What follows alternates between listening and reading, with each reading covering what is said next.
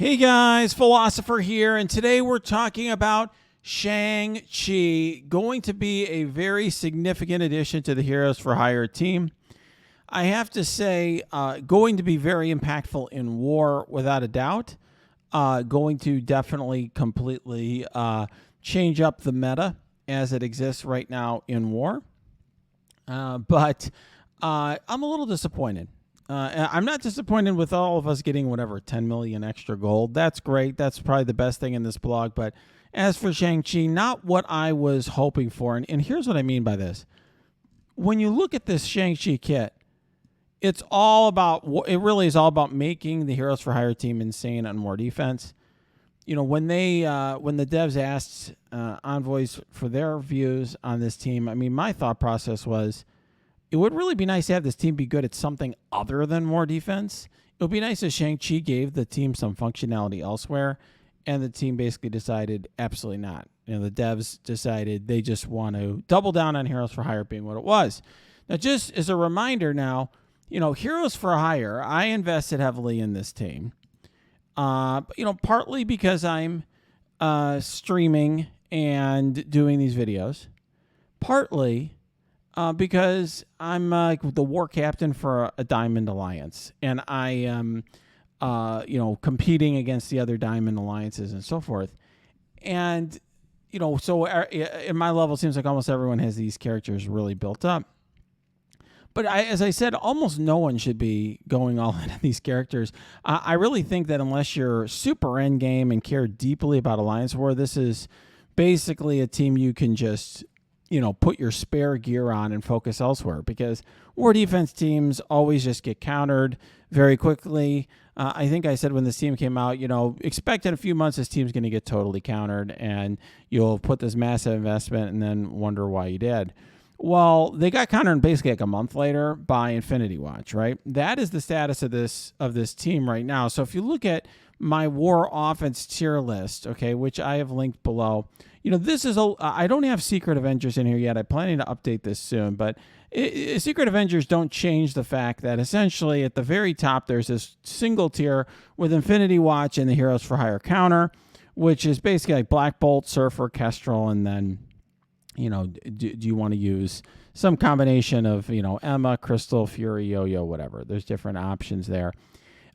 Basically, if you don't have this mishmash of ridiculously powerful characters, in other words, two of the, let's say, top 5 characters in the game, plus, 3 other really awesome characters, you basically have to blow your Infinity Watch.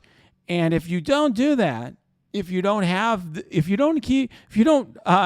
your team to counter, you end up in a situation like this. This was in our last war where, the enemy is just basically throwing crap against the wall, trying desperately, giving you defense wins, trying desperately to, do something to these Heroes for Hire characters. They're very, very difficult characters to take down without one of these specialized teams. So what is Shang-Chi change for this team? Well, he certainly doesn't make it viable anywhere else, but he basically makes the team way better in war defense. And the first thing that he does here is he says, okay, he makes, they say something right here. He makes Iron Fist ultimate ability, the Iron Fist undodgeable. Okay, so that's one thing I will just say right now is, that very well may change up our T4 recommendations for this team. So I did a T4 investment for the guide for this team, and I had the Luke Cage, the Iron Fist Ultimate as nice but not essential. Maybe it's better now that it can't be dodged. I have to say that was one of the most annoying things about the Iron Fist Ultimate is it could be dodged. It also has a new taunt mechanic for Luke Cage, which says that he gains taunt when a Heroes for Hire ally drops below 60%. I will say these must be on the other characters, not in his kit, because I don't see any mention of that stuff in the kit below. But, that's going to be very powerful. It's going to force you to focus on Luke Cage. Right now, the way that these counters work is essentially just strip positive effects or put disrupted or something else on Luke Cage, ignore him, and they take out Colleen Wing. And once Colleen Wing is dead, then basically the team is toothless, because the other characters in this team really don't do a lot of damage. So once Colleen Wing's out of the picture, Misty Knight's more of like a controller. She'll put stun or ability block, but not big damage. And these other two aren't really a threat. So having Shang-Chi there instead of some fifth character, okay, whether, people have been using all sorts of stuff from Jessica Jones or, Ghost or Doc Ock or, whatever they were using. Now you're going to have a character that's going to force you to blow your way through Luke Cage in order to get some progress on these other characters. That is going to make this team a lot harder. And I will say that what this basically tells me is the devs are kind of mad that we have ruined their vision for this team. When they introduced this team, they said it was going to be like a raid boss and it was going to take many attempts to take down. And in less than a month, everybody kind of figured out a counter for it, even before Infinity Watch came out. And then this team wasn't a raid boss anymore. It's just a team that you one-shot, but you had to make sure you had the team to one-shot it with. Well, now they're basically making it so if you, if you go after, you're trying to go after Colleen Wing, you're not going to be able to do that. You have to go after Luke Cage. That alone, I think, is very significant. Now, of course, you're going to have a fifth member that's going to have all those charges and Shang-Chi and do all the rezzing stuff that this team does. And he has a lot of other goodies as well that really transform how this team works. So let's go here. One thing I've got to say, I'll go right back to the kid here. Disappointed we have another skill character. The one thing the devs do is they put all these characters in waves in order to have some artificial scarcity for us to force us to whatever, core up your the nodes to refresh them or buy offers or whatever. I thought we got past that. We were into a mystic wave, but now we're back into skill again. Let's look at his passive. So the passive says when this character or any ally crits, he gains 1 deflect. And then if this character or anybody on the team has deflect, they get 35% crit chance and 20% block amount. Very interesting. It's really, to me, reminds me a lot of how X Factor gets such an advantage from crit. It really suggests to me that you're going to end up having Raider on at least some of the characters in this team. So Shang-Chi, I think, is definitely going to be a Raider. And then the question is, I think, you're probably going to end up putting Misty as a Raider. The questions, for some of these other characters, how many of these characters you put as a Raider? Because crits are going to generate so much benefit. It's going to give Shang-Chi deflex, for example, and then it's going to, it's also going to, the additional crit damage from Raider is going to mean that they're all going to get, if you remember, they get a lot of deflect naturally, this team, because when they, for example, when they die or when they get below 50% and they lose a charge, they get to deflect. And that 35% crit chance is really helped out by Raider because, for example, if they're Raider, I'll go to a Raider character here. They're also going to be getting a huge amount of crit damage as well. So, they're getting, let's say here you go, 5% crit damage, 10% crit damage. So that they can you can definitely up the crit damage on this team and get this team to a point where, I think they're going to pack more of a punch. And I have to say that that's been the issue with the Heroes for Hire team up till now, which is super survivable and all, but particularly once you take Colleen, they don't really pack enough of a punch. All right. Another interesting thing is if you have the full team, now Misty and Colleen get 3 charges instead of 2. Very, very important because that means that, this is the character in particular you really wanted to take down to end the threat, because she was really their only offensive threat. Now she's going to take that much longer to take down. So first, instead of initially, what we've all been doing is using the Surfer ultimate to remove charges on her, and then using the Kestrel ultimate to delete her. Well, now you're going to have to delete or do something with Luke Cage, or you have to watch that taunt, right? At the very least, you're going to have to make sure that you take her from 60% to 0 as opposed to 50% to 0, because if she gets under 60%, then Luke Cage is getting taunt, and then you're going to have to deal with Luke Cage. Plus, unless you can get her in that one shot, she's going to have 3 charges. And by the way, that's also going to make it so it's going to be very hard for Silver Surfer to apply his to remove the charges, because that actually undergoes a resistance check. So right now, there's a lot of people who use Skirmisher on Silver Surfer to make sure that he removes the charge in Alliance War. Well, now you're going to have another 175% resistance because there's an extra charge on there, 175% resistance per charge. So really going to be hard to delete Colleen and Misty in the beginning very quickly. So this, to me, is the devs trying to make a move against the Heroes for Hire counter that they saw us doing, because they did not like the fact that we were one-shotting this team with Surfer, Kestrel, and some others, and Black Bolt and so forth. In addition,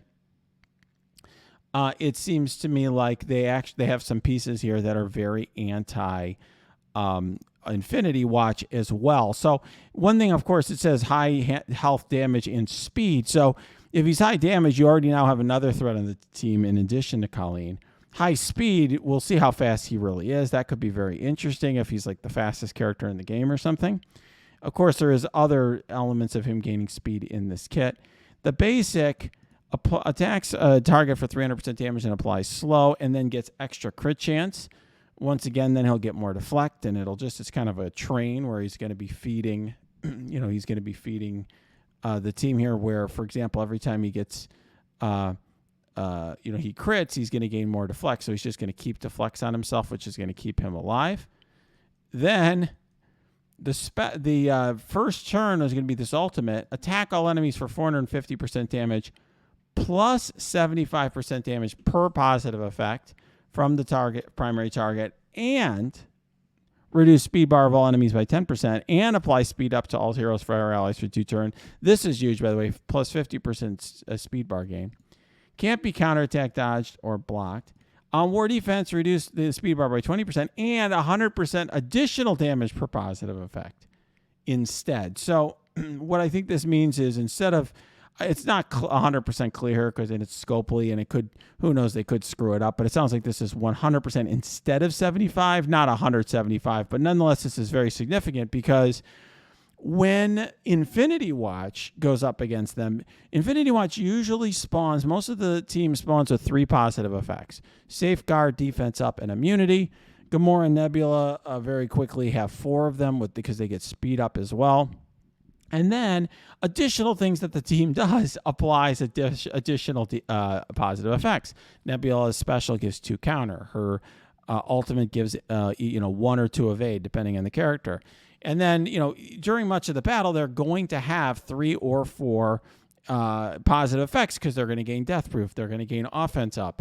At times, they're going to get extra death proofs. It's not clear to me if those may be additional positive effects. In other words, if Gamora's got 3 death proofs, are those 3 positive effects? At the very least, this means that essentially this is going to be, let's say, 750% damage, maybe 850% damage, maybe more, on that ultimate every 3rd turn. Very significant. And this is going to be turn 1, whenever the team you load up, because, of course, Misty Knight gives the entire team ability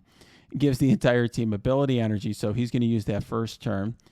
And then on his second turn, he clears all negative effects from self and all heroes for hire allies. So now there's 2 cleanses. You have Iron Fist and him.